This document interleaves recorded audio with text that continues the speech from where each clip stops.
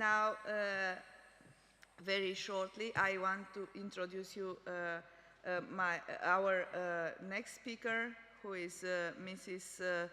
Monika Papp. She is a senior lecturer at the University of Eötvös-Loránd, Budapest. She lectures there EU internal market law and competition law for graduate and postgraduate students. She is at the Department for Private International Law and European Economic Law. She is also a research fellow at the Hungarian Academy of Science, the Center for Social Science, and member of the research group of the Policy Opportunities for Hungary in the European Union. Her research includes studying the EU legal framework for the state's active economic engagement at the Pázmány Péter Catholic University School of Law, Budapest. Dear Monika, please, the floor is yours. Thank you for the introduction, and thank you very much for the invitation. It's a great pleasure for me to be here today. I will deal with the preliminary rulings and the Hungarian context of the application of EU competition rules in Hungary. So my outline is, for this presentation, is that I would like to introduce you very briefly to the context of the application of Hungarian application of EU competition rules, and I would like to say a couple of words about preliminary rulings requested by Hungarian courts generally, not only about questions about competition rules, the application or interpretation of competition rules, but also general questions regarding the Hungarian practice. Then I will try to summarize the preliminary rulings in competition law, and I will be very brief here because we had yesterday a great discussion on Allianz, and that's the only Hungarian preliminary ruling decided so far by the Hungarian Supreme Court, was requested by the Hungarian Supreme Court, and we have another case pending at the moment before the court. And what I would like to focus on is more on the procedural environment, procedural law environment for the application of EU competition rules, because we have some recent judgments from this year. We have a Constitutional Court judgment from May 2014, and we have a Supreme Court judgment as well. And these cases are really important in my understanding. So if we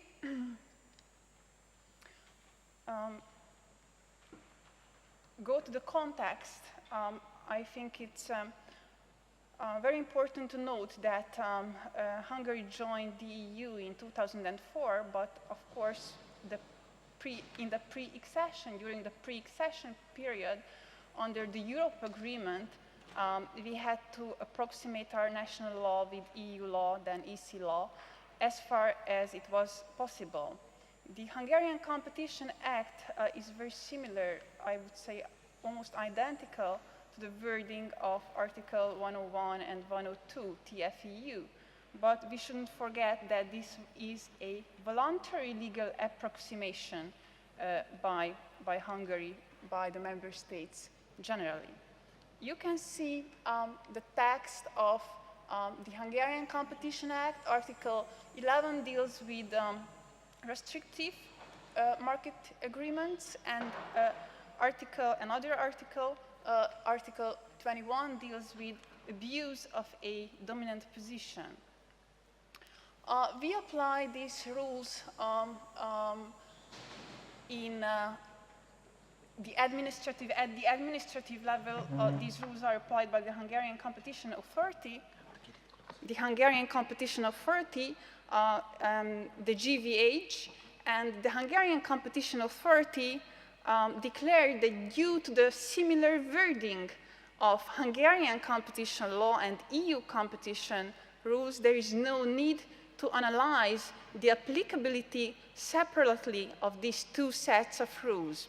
So if you read the decision of the Hungarian Competition Authority, you have a merged reasoning of the competition authority. We do not divide really the interpretation of the law under Hungarian competition rules and under EU competition rules. So that's public enforcement, and of course we have judicial review of the decisions issued by the Hungarian Competition Authority. We have two-instance ordinary judicial review, and plus we have the Supreme Court review. This is very important because sometimes, and most of the times, we have three instances dealing with the same issue.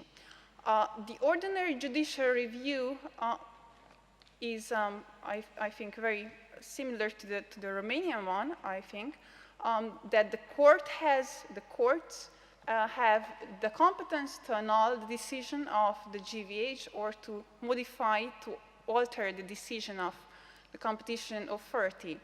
Then the Supreme Court review is based on points of law only, and the Supreme Court bases its judgment on the file. It cannot order the taking of evidence.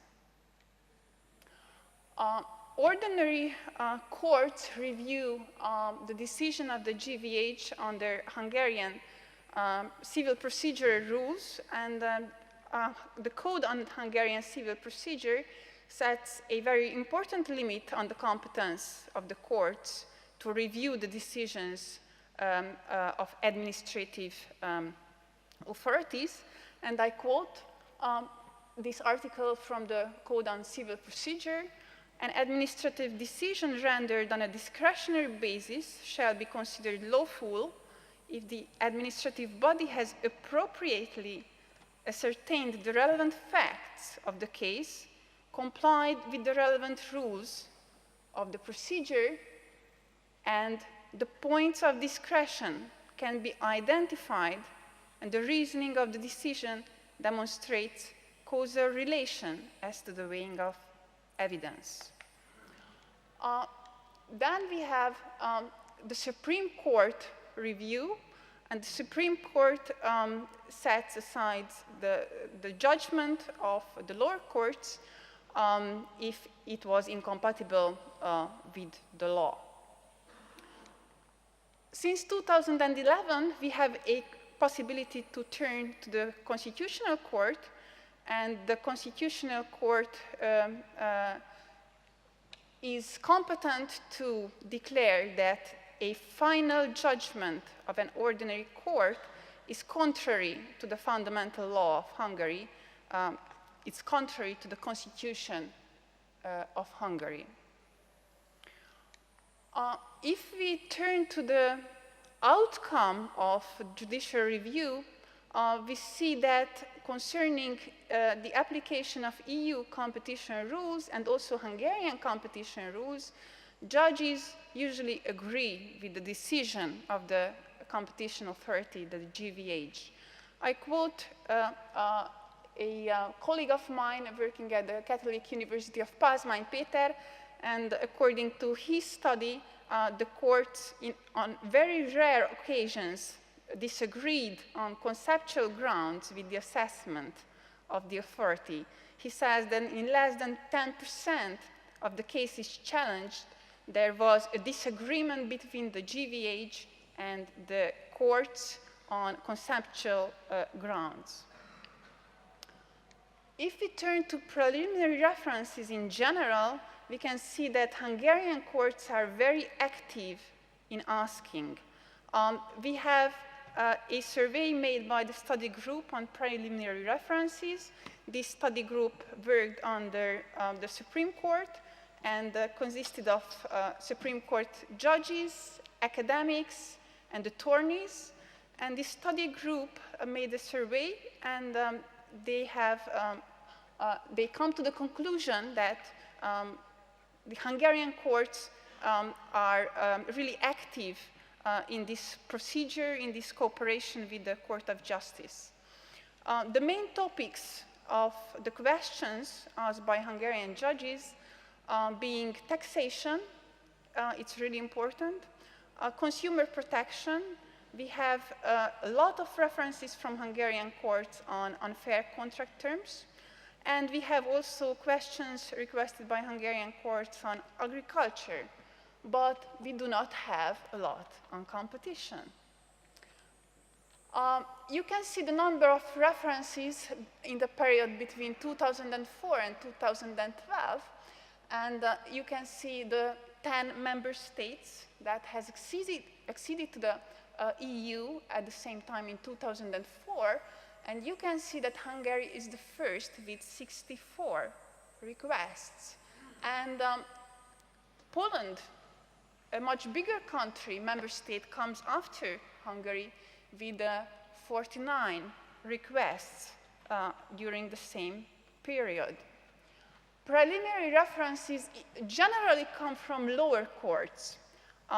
The Supreme Court is active in asking, but of course we have more cases coming from ordinary lower courts, and more than 5/6 of the requests come from lower courts. We have a network of EU law experts among the judges. So these experts are actually judges acting as a judge at a lower court level, and also we have the same network at the Supreme Court, and they give advice to fellow judges about EU law and on questions how to formulate, for example, preliminary questions. If I talk to judges, sometimes they mention that language is still a problem for them, that they can access, of course, the case law of the Court of Justice in Hungarian after the accession, but few cases were translated to Hungarian before 2004. Before 2004, approximately 130 judgments were translated into Hungarian. The other difficulty that they usually mention during interviews is that it's difficult to read judgments of the European Court of Human Rights, the Strasbourg jurisprudence, because it's only available in French and in English. We can conclude that Hungarian judges are very aware of EU law, and they pose generally very good questions. The ratio of rejection by the Court of Justice in Luxembourg is very low. And usually the court accepts the preliminary request.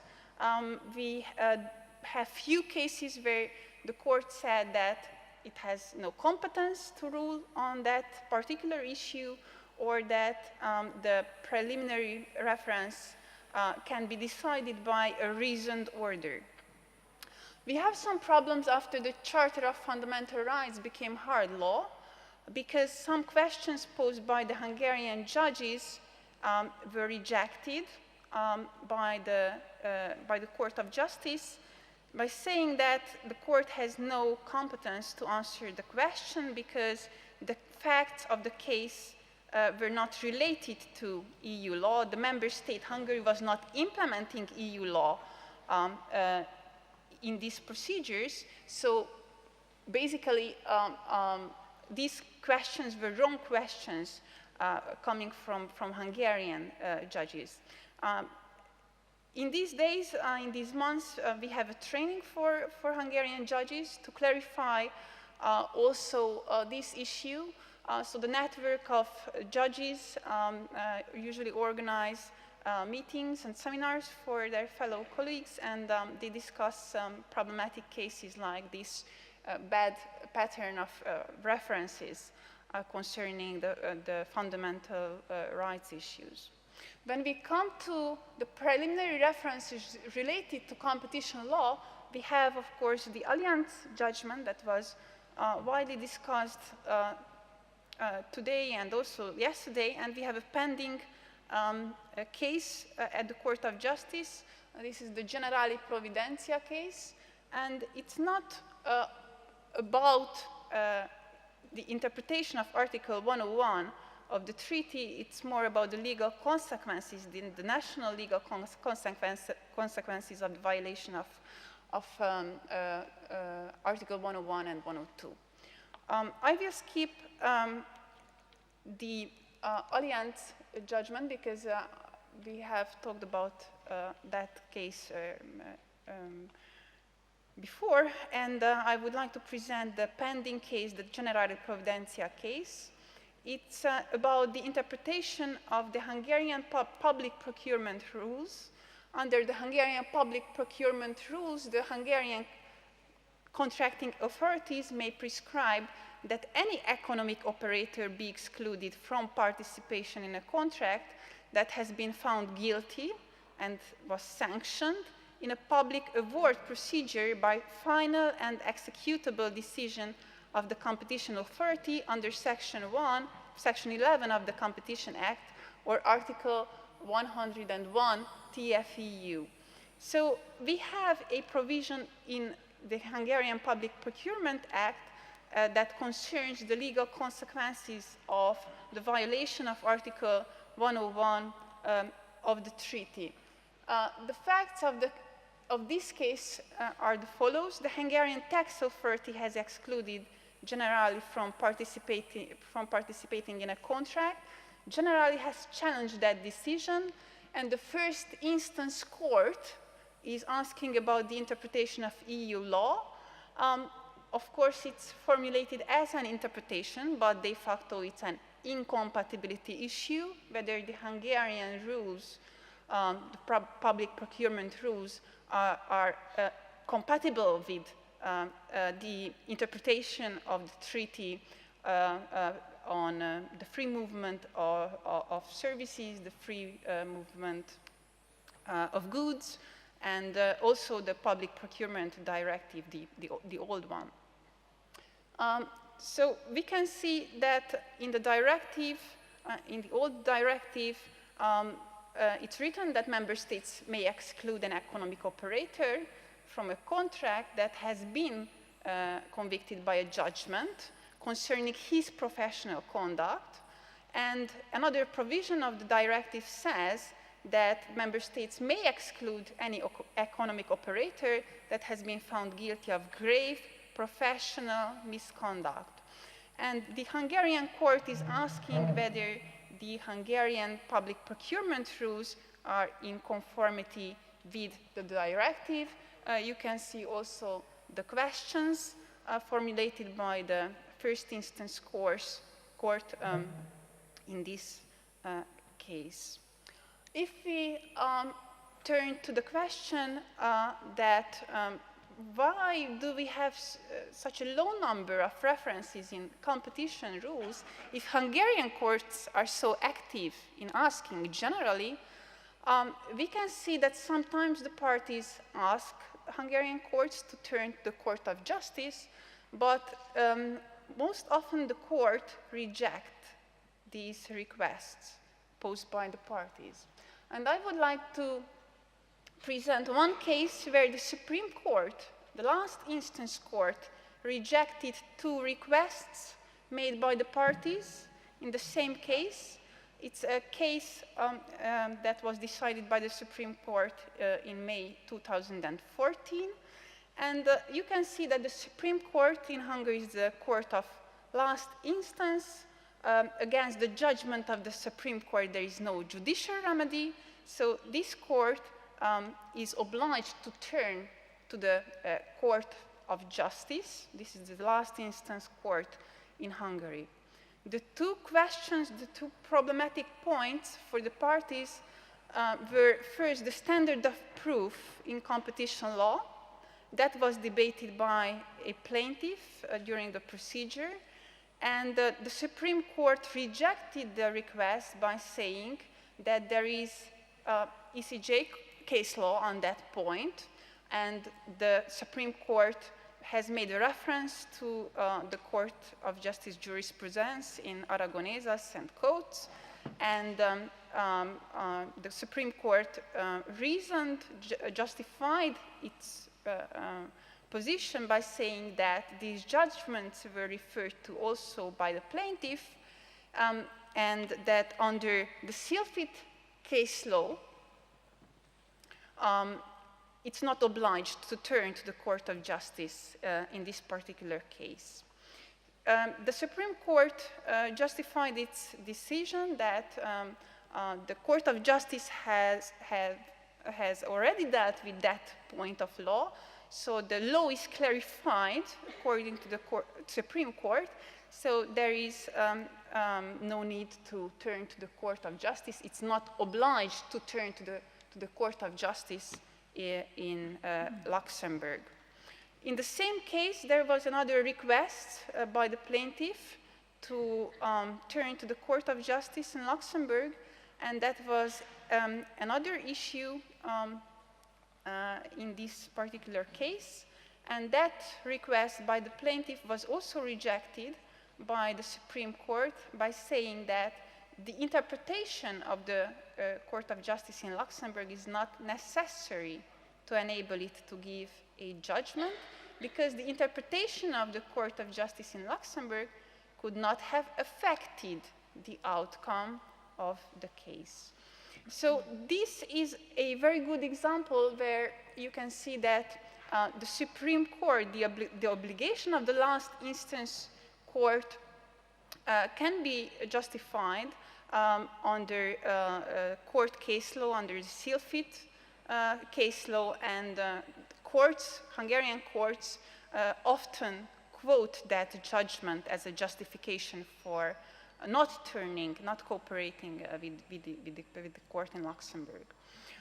If we turn to the application of competition law in Hungary, you can see that there was a constitutional battle between Hungarian courts, between the GVH, the Hungarian Competition Authority, and also attorneys at law. And that battle, that issue was about the nature of the court review, Hungarian court review of the GVH decisions. And the question was whether this review is administrative or criminal by nature. 3 weeks ago, we had the decision of the Hungarian Constitutional Court, and the Hungarian Constitutional Court had to decide whether a final judgment made by the Supreme Court is incompatible or compatible with the Constitution. It was a bid-rigging cartel. We have a lot of bid-rigging cases in Hungary, and it was condemned by the Competition Authority. The Competition Authority said in its decision that it's a continuous and single infringement, and the undertaking, the petitioner turned to the Constitutional Court for the annulment of that final decision. Basically, the questions posed by the claimant were very important for the Hungarian judicial system, and the petitioner claimed that it did not have the right to a fair trial. Its right to a fair trial was violated. It also claimed that the GVH breached the right to presumption of innocence, and other points were raised as well.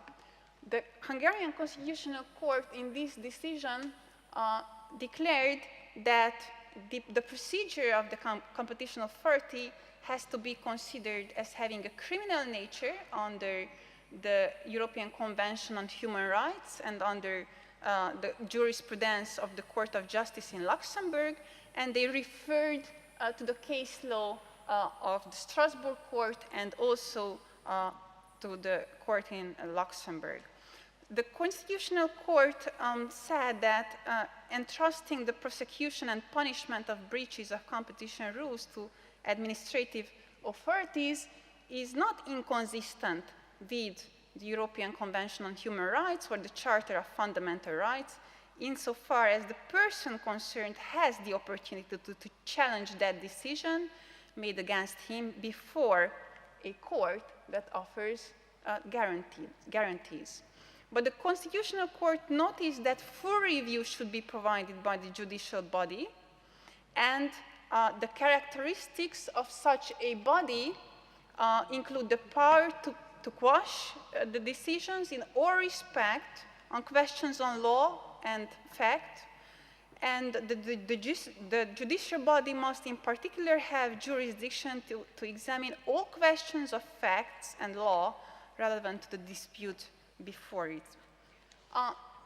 The Constitutional Court in its judgment made clear that this is, the level of protection is lower in these cases than in criminal cases, as competition proceeding does not belong to the hardcore of criminal law. So you can see the reasoning of the court decision, but I will just go very quickly, and I wouldn't present the detailed reasoning of the court in this case. I would like to also conclude and to come to the Supreme Court judgment in May 2004. That was another case where the Supreme Court has arrived to a very similar conclusion before the Constitutional Court has decided the other case. And that question posed by the Supreme Court was, what is the standard of proof in competition cases? The Competition Council, the GVH, argued before the Supreme Court that it is not the standard of beyond reasonable doubt, because that's not the one applied by the Court of Justice. And the Supreme Court in this judgment also made a very detailed argument on the basis of the jurisprudence of the two courts that there has to be a full review under Hungarian procedural rules in these cases. The Supreme Court said that courts should view the decision of the GVH as an indictment, and during judicial review, the plaintiffs can prove that a more reasonable assessment of the evidence exists. So you can see that we have a Constitutional Court judgment and also a Supreme Court judgment that predates the Constitutional Court judgment, and the courts basically arrive at the same conclusion concerning the nature of the application of EU competition rules and Hungarian competition rules as well. Thank you very much for your attention.